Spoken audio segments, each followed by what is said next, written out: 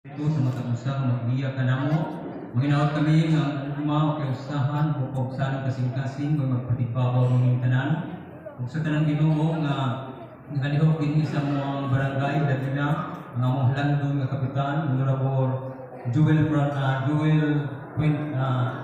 Mera Puentes o sa tanan niya mga konsehales sa tanan mga funksionaris din sa mga barangay Ginoo kami naghanyo kanimo nga ikaw pa magpahulang kanila sa mapagsanong kasing-kasing o makabihong kasing-kasing aron sa ingon magmapagsanon pa sila o mapagihon pa sila sa ilahang pagpanervis ko din sa mong barangay. Ginoo naghanyo-usab kanimo nga kanimo nga ikaw panalangin sa tanang mga pro leaders o sa tanang katawhan nga mo'y nagkinabangay karon na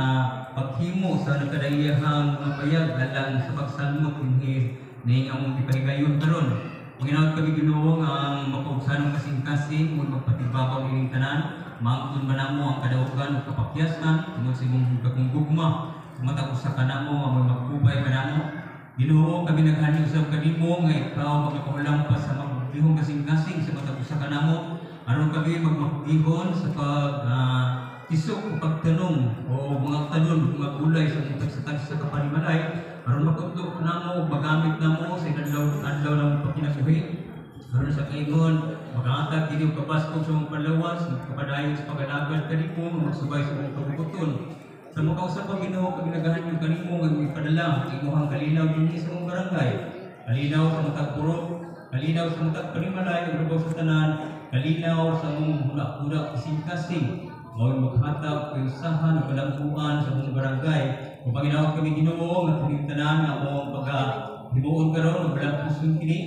ilabi na sa mga katawhan naguna-una usab kadaot kini nga mga programa karon kami nagahanyo kami Ginoo nga ikaw magahikap sila hang hula-hula kasing-kasing ilang daw tang una mapulihan kini pud mo kalipay. Kaya wala kami mahimong Ginoo kung wala ikaw sa kining tanan namong giyang pinapasalamatan pinagi ni Kristo nga buhi ug hari kan kanimo sa Espiritu Santo usa ka Dios santo sa kahangturan. Amen. Sa ngalan sa Amahan sa Anak ug sa Espiritu Santo. Amen.